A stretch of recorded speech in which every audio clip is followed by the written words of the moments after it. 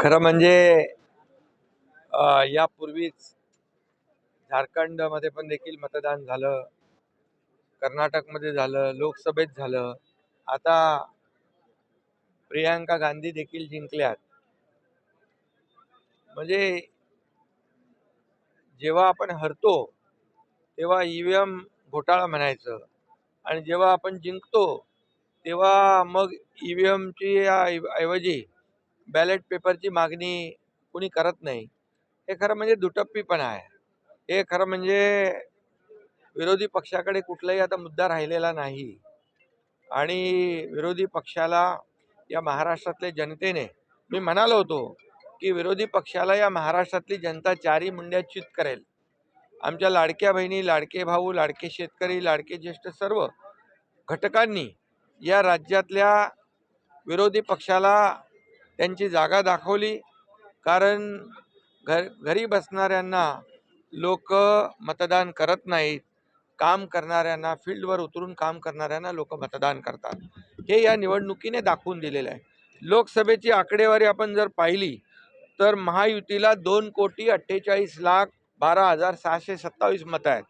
म्हणजे 43.55% मतदान झालं आणि आम्हाला जागा मिळाल्या 17 आणि महाविकास आघाडीला 2,50,00,000 म्हणजे 2 लाखाचा फरक आहे आणि त्यांना मिळाली मतं. आम्हाला मिळाली 43.55% आणि महाविकास आघाडीला 43.71%, म्हणजे पॉईंट 15-16चा फरक आहे.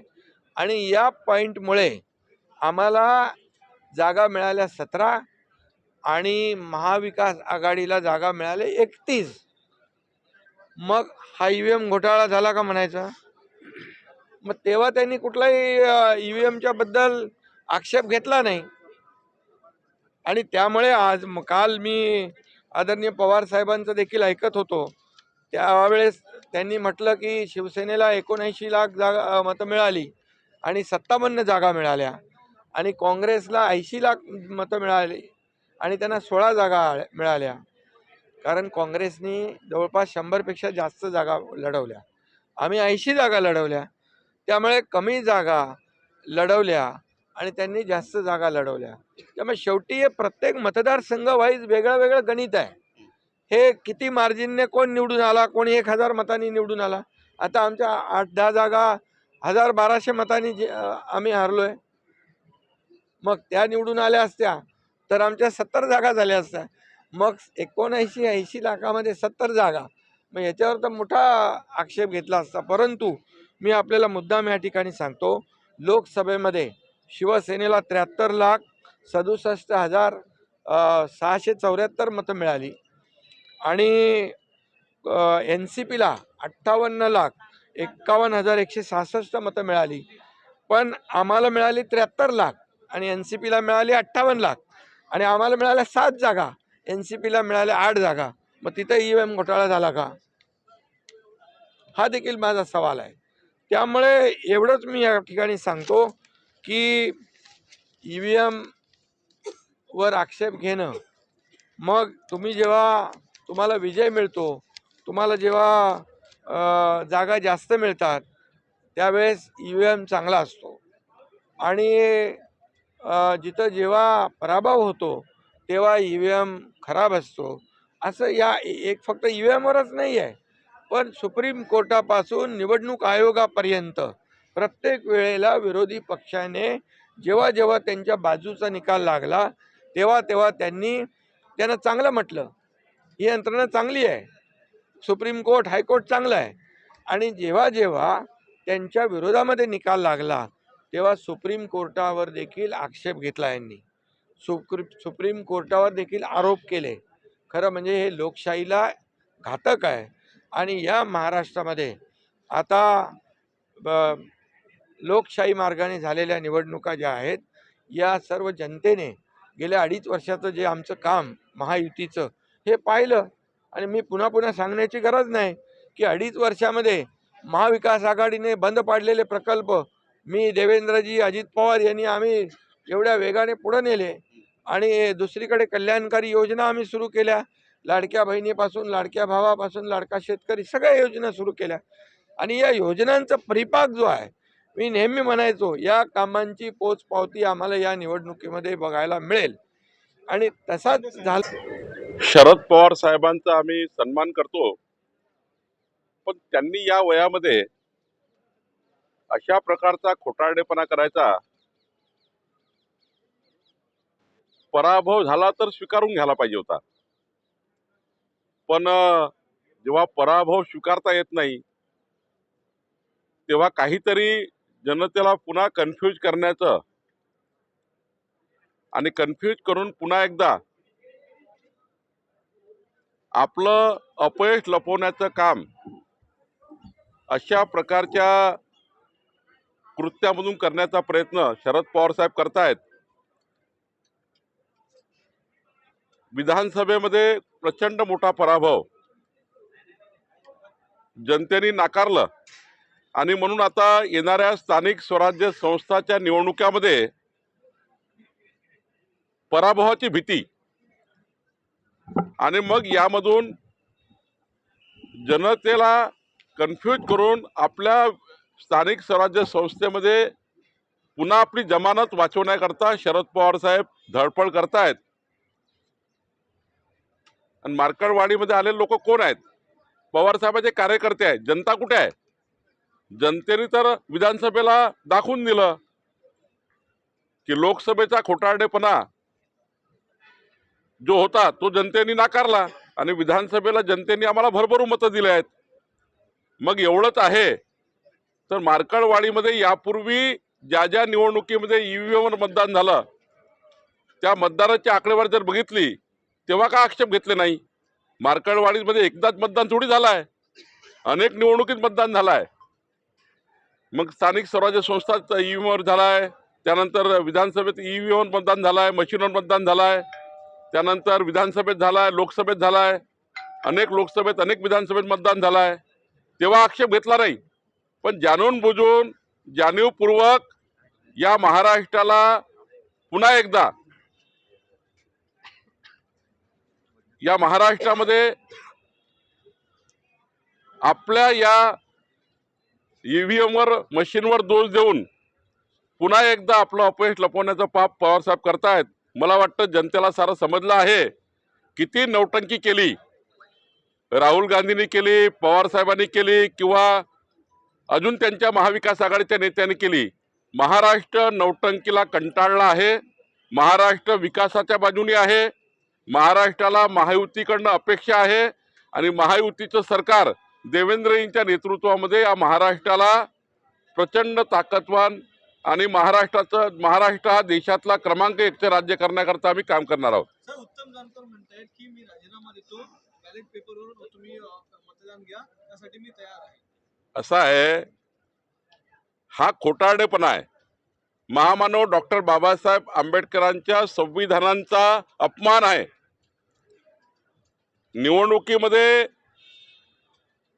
खरं तर आता लोकसभेचे 31 खासदार निवडून आले महाविकास आघाडीचे, मग ते महाविकास आघाडीचे 31 खासदार त्यांनी राजीनामे दिले पाहिजे ना। तुम्ही खोटारडेपणा करण्याकरता त्या ठिकाणी अशा प्रकारचे उद्योग सुरू केले, मग महाविकास आघाडीचे जे जे लोक ईव्हीएमवर निवडून आले, ईव्हीएमवर जे जे लोक निवडून आले त्या सर्वांनी राजीनामे दिले पाहिजे। महाविकास आघाडीला वाटतं ना की आमची मशीन चूक आहे, त्या निवडणूक आयोगाची मशीन चूक आहे, तर त्या ठिकाणी मग राजीनामे दिले पाहिजे, सर्वांनीच राजीनामे द्या ना। खरं तर हा काही निवडणूक आयोगाने अत्यंत संविधानिक पद्धतीने स्वीकारलेला हा ईव्हीएमचा निर्णय आहे आणि त्यावर अनेक निवडणुका झाल्या, कितीतरी निवडणुका आम्ही हरलो आहे। मोदींच्या निवडणुकीत तर आम्ही महाराष्ट्रामध्ये आम्हाला मोठे अपयश आलं आहे, आम्ही तेव्हा ईव्हीएमवर दोष दिला नाही, आम्ही तेव्हा आमचा चुका दुरुस्त केल्या, आमच्या निवडणूक जे काही पराभव झाला त्यातनं आम्ही काही शिकलो आणि त्यातनं आम्ही पुढे गेलो। पवार साहेबांनी या पराभवातून शिकलं पाहिजे आणि पुढे गेलं पाहिजे। खोटेपणा किती कराल तुम्ही आणि या वयात किती खोटेपणा कराल असं मला वाटतं। सर, मराठी भाषिकांचा महामेळावा होणार आहे बेळगावात आणि त्या बेळगावातल्या देखिए शरद साहेब आहेत आणि लाडके मुख्यमंत्री देवेंद्रजी फडणवीस साहेब आहेत, जे पी नड्डा साहेब आहेत, या सर्वांचे मी मनापासून आभार मानतो की त्यांनी मला माझ्यावर विश्वास दर्शवत परत एकदा या महाराष्ट्र विधानसभेचा अध्यक्ष बनण्याची संधी दिलेली आहे. त्याबद्दल मनापासून त्या सर्वांचे मी आभार मानतो. त्यांच्याबरोबरच विधिमंडळातील माझे सर्व सहकारी जे आहेत, ज्यांच्या विश्वासातून ही जबाबदारी मी पार पाडायचा प्रयत्न करणार आहे, त्यांचे पण मी मनापासून आभार मानतो.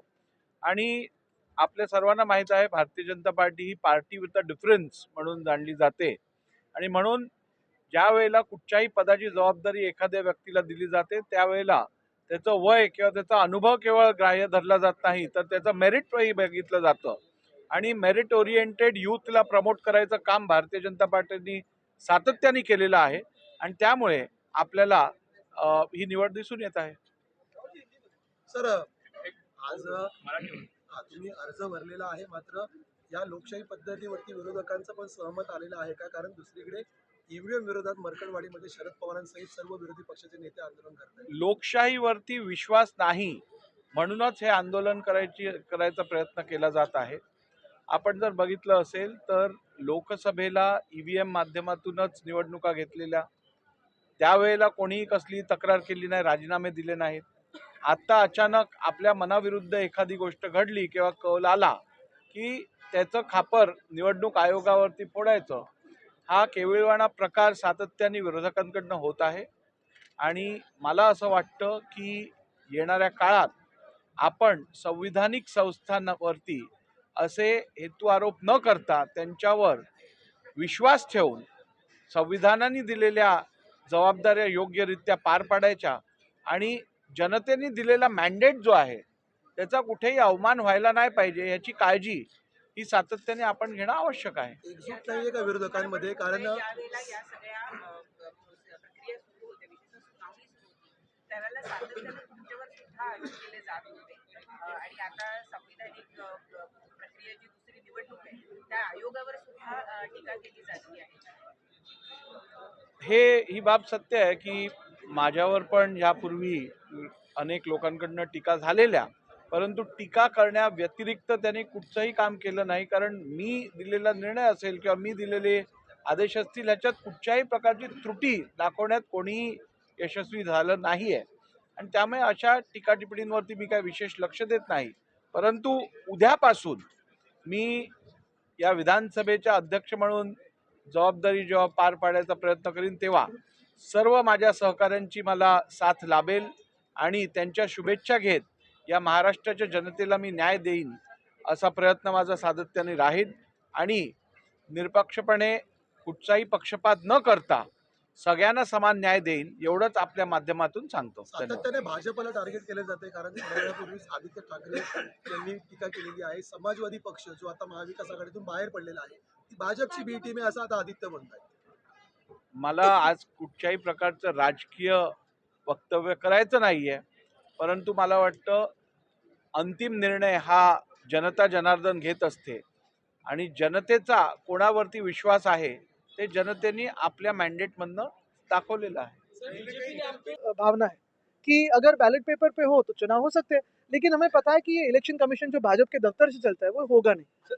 जो काफी सारे प्रश्न उठाए गए हैं, आखिरी घंटे में जितना वोटिंग हुआ, कितने प्रतिशत वो रिवीजन हुई, ये सारे जो जवाब हम मांग रहे हैं, उत्तर मांग रहे हैं, वो तो दे इलेक्शन कमीशन, जनता में आके दे, ना कि सिर्फ निंदा करे.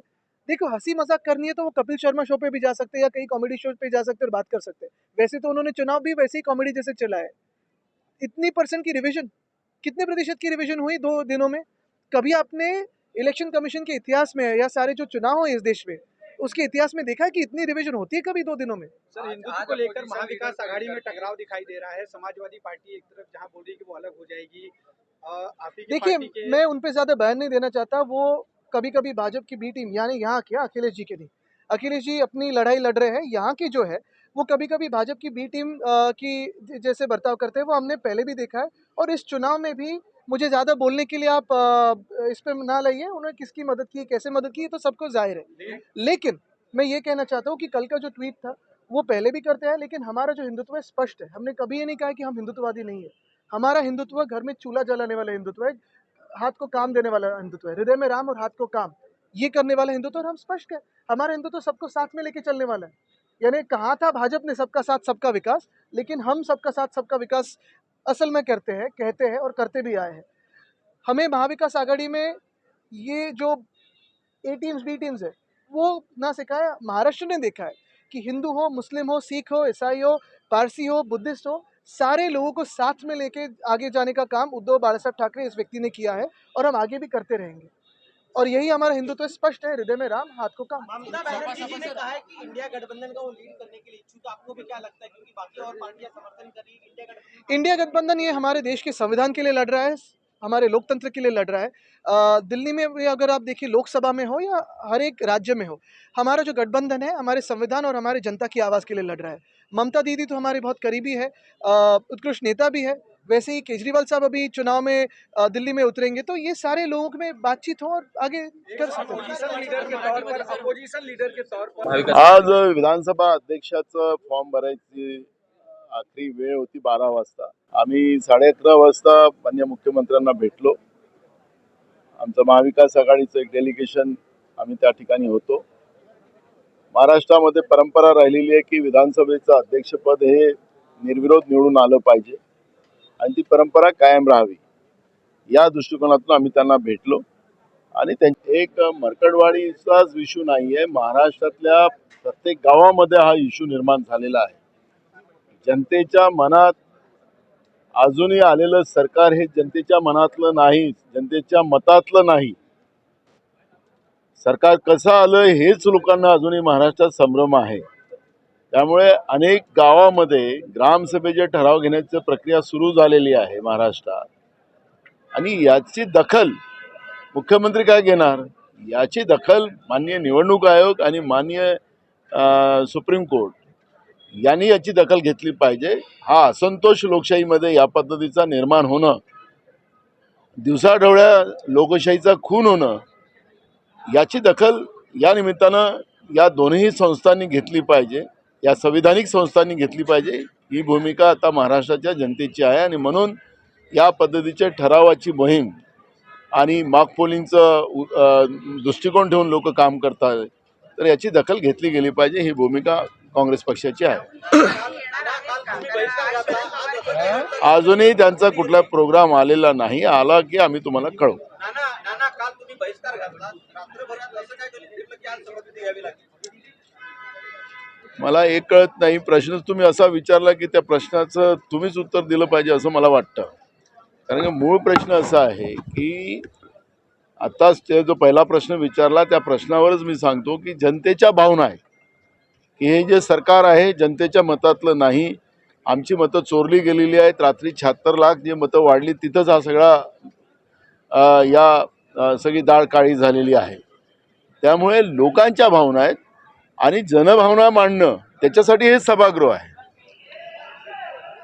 त्यानिमित्तानं हे विधानसभा आहे, त्यानिमित्तानं लोकसभा आहे आणि त्या दृष्टिकोनातून जनभावना मांडण्याचं काम आम्ही काल केलेलं आहे. आम्ही निवडून आलेले आमदार आहोत. आता विधानसभेतही ही लढाई आम्ही लढू आणि रस्त्यावरची लढाई लढू. त्यामुळे आज जो काही प्रोग्राम होता त्या आधारावर आज आम्ही सगळ्या आमदारांनी शपथ घेतलेली आहे.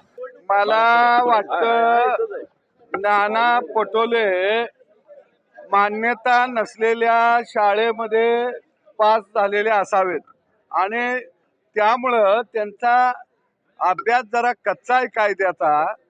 कारण लोकसभेमध्ये काँग्रेसला महाराष्ट्रामध्ये मतदान झालं 1,49,00,000, सॉरी भाजपला लोकसभेला भाजपला मतदान झालं 1.5 कोटी. जागा निवडून आल्या 9 आणि दुसऱ्या बाजूला काँग्रेसला मतदान झालं लोकसभेला 96 लाख, जागा निवडून आल्या 13 आणि दुसऱ्या बाजूला 58 लाख मतदान झालं शरद पवार गटाला, जागा निवडून आल्या 8. तुम्हाला 58 लाखात 8 येत्या त्या आणि 1.5 कोटीमध्ये 9 येत्या त्या. ह्याचा जरा हिशोब नाना पटोलेंनी जरा आम्हाला सांगावा. मला वाटतं पवार साहेबाच्या शाळेत त्यांचं शिक्षण झालं असावं, कारण पवार साहेबांची शाळा म्हणजे कॉपी करून पास व्हा असल्या शाळेत ते शिकल्यामुळं नाना फसायला लागलं या. आणि म्हणून पवार साहेबांना UM आताच का चालं ना, 2004ला ते 2दा निवडून आले, 4ला आले, 9ला आले, देशाचे कृषी मंत्री झाले, तेव्हा ईव्हीएम बरोबर होतं. 2004 ते महाराष्ट्रात 10 वर्ष सत्ता होती, तेव्हा ईव्हीएम बरोबर होतं. आता पवार साहेबांना बॅलेट का पाहिजे, त्यांच्या लक्षात आलं बॅलेट मतदान जर आपल्याला कमी वयाला लागलं तर फाडायला येतं, तो कागद खिशात घालायला येतो. 2-4 मतानं जर पडत असलं तर तो कागद गिळायला येतो. आता ही ईव्हीएम मशीन गिळायला येईना, खिशात घालायला येईना, फाडायला येईना, पळवून घेऊन जायला येईना. म्हणून पवारांच्या लक्षात आलं की तो कागदच असला पाहिजे आणि म्हणून पवार साहेबांची चालली आहे खटाटोप. आणि पहिल्यापासून पवार साहेब हे कपटकट कारस्थानाच्याच गावात मुक्कामला आहेत, ते सत्याच्या गावामध्ये कधीही मुक्कामला गेले नाहीत. आणि म्हणून आज ते नव्या तंत्रज्ञानाला विरोध करत आहेत. ज्या कायदे मंडळानं हे नवं तंत्रज्ञान आणलं त्या कायदे मंडळाचा हे अवमान करत आहेत. आणि म्हणून मला वाटतं की ही त्यांची लढाई जनतेच्या मनामध्ये असंतोष पसरण्यासाठी चाललेली आहे, त्याचा काही उपयोग होणार नाही. असं आहे की बेळगाव कारवार सीमा प्रश्न हा गेले अनेक दिवस चाललेला आहे आणि आज केवळ महाराष्ट्राच्या मंत्र्यांना आजच बंदी घातलेली नाहीये. या शहराचा मुंबईचा महापौर होतो तेव्हा बेळगाव कारवारमध्ये जो काळा दिवस पाळला जातो तो सीमावासियांकडनं ज्या वेळेला तो कार्यक्रम होता त्या कार्यक्रमात मी स्वतः गेलो होतो आणि त्यामुळे तिकडे असणाऱ्या कानडी पोलिसांना त्या ठिकाणी बगल देऊन मला त्या कार्यक्रमाला जावं लागलं होतं. त्यानंतर रक्तपात तिकडे झाला होता. कानडी लोकांनी तिकडे असणाऱ्या मराठी लोकांची कार्यालय तोडली होती, तरी पण न डगबगता त्या ठिकाणी जाऊन शिवसेना प्रमुखांचा एक खंदा शिवसैनिक म्हणून मी सभा घेतली होती, लोकांशी बोललो होतो आणि त्यानंतर त्याच दिमाखात मी पुन्हा महाराष्ट्रात आलो होतो. त्यामुळे हा जो काय कानडी अत्याचार हा सीमावासियांवर चालू आहे हा वर्षानुवर्ष चालू आहे आणि त्यामुळे केंद्र सरकार याच्यामध्ये जोपर्यंत दखल घेत नाही तोपर्यंत यावरती कोणताही निर्णय होणार नाही. आणि त्यामुळे पुन्हा एकदा सरकार आता आलेलं आहे, देवेंद्रजींच्या अध्यक्षतेखाली पुन्हा एकदा केंद्राकडे याच बाबत त्यांनी निवेदन द्यावं आणि जो काय सीमावासियांवरती त्या ठिकाणी अन्याय होतोय तो दूर करण्याची जबाबदारी आता या सरकारची आहे. इथल्या मराठी लोकांचं मनोबल वाढवण्यासाठी शिवसेना पुन्हा एकदा आता बेळगावमध्ये जाणार काही बंदी झुगारून? तिथल्या महाविकास आघाडीमध्ये तुम्ही सोबत आहात, काँग्रेस ऐका असं आहे की तिथल्या कर्नाटकी अत्याचाराविरुद्ध जे आमचे तिकडे मराठी बांधव ज्यांना त्रास होतोय त्यांच्या पाठीमागे शिवसेना उद्धव बाळासाहेब ठाकरे हे खंबीरपणे उभे आहे. याच्यापूर्वी देखील संजय राऊत अनेक वेळा गेले होते. मी महापौर असताना काळा दिवस होता त्या दिवशी पण गेलो होतो. कानडी अत्याचाराला न जुमानता त्या ठिकाणी सभा घेऊन मी त्याच पद्धतीने शिवसेना बाण्यामध्ये महाराष्ट्रात परत आलो होतो. त्यामुळे तिकडे असणाऱ्या मराठी माणसाच्या पाठीमागे शिवसेना उद्धव बाळासाहेब ठाकरे आणि त्यांचे शिवसैनिक खंबीरपणे उभं राहणार हे आज आपल्या माध्यमातून सांगतो. आज मैं अपनी खुशी जाहिर करता हूं कि दूसरी बार भिवंडी की जनता ने मुझे चुन के दिया और मैंने दूसरी बार महाराष्ट्र की विधानसभा में शपथ ली है. लेकिन मैंने एक वादा किया था भिवंडी की जनता से और महाराष्ट्र की जनता से कि जैसे ही मैं शपथ लूँगा तो मैं एक प्राइवेट मेंबर बिल मूव करूँगा. ये प्राइवेट मेंबर बिल का जो नाम है वो महाराष्ट्र धर्मगुरु ऐतिहासिक महापुरुष आणि राष्ट्रीय व्यक्तींचा अपमान प्रतिबंध आणि शिक्षा विधायक यानी कि Maharashtra defamation of revered leaders end iconic figures. आज आप देख रहे हैं कि महाराष्ट्र में एक तरह से नियोजित तरीके से नफरत फैलाई जा रही है. नासिक में हमारे प्रॉफिट मोहम्मद के बारे में जिस तरह के बयान किए गए और जिस तरह से सिर्फ मुस्लिम धर्म ही नहीं अलग अलग धर्मों के बारे में गलत बयानबाजी चालू है, जिससे रोज़मर्रा महाराष्ट्र के अंदर कोई ना कोई इंसिडेंट हो रहा है. इस चीज़ को रोकने के लिए मेरा मत है और सभी का मत है एक कठोर कानून होना चाहिए. जो प्रेजेंट प्रोविजंस है वो डेफिमेशन के जो प्रोविजंस है वो सफिशिएंट नहीं है और प्रोसेस बहुत लंबा है. आज अगर मैं जाकर एक पुलिस स्टेशन में एफआईआर करता हूँ तो उसका प्रोसेस इतना लंबा है कि पता नहीं कब सज़ा हो. लेकिन हम चाहते हैं मकोका की लाइन पे 10 साल की सज़ा हो, नॉन बेलेबल हो और बहुत सख्त प्रोविज़न हो. इसलिए हमने शपथ लेते ही कल महाराष्ट्र की असेंबली के अंदर जाकर जो हमारे प्रधान सचिव है उनको प्राइवेट मेंबर बिल सबमिट किया है.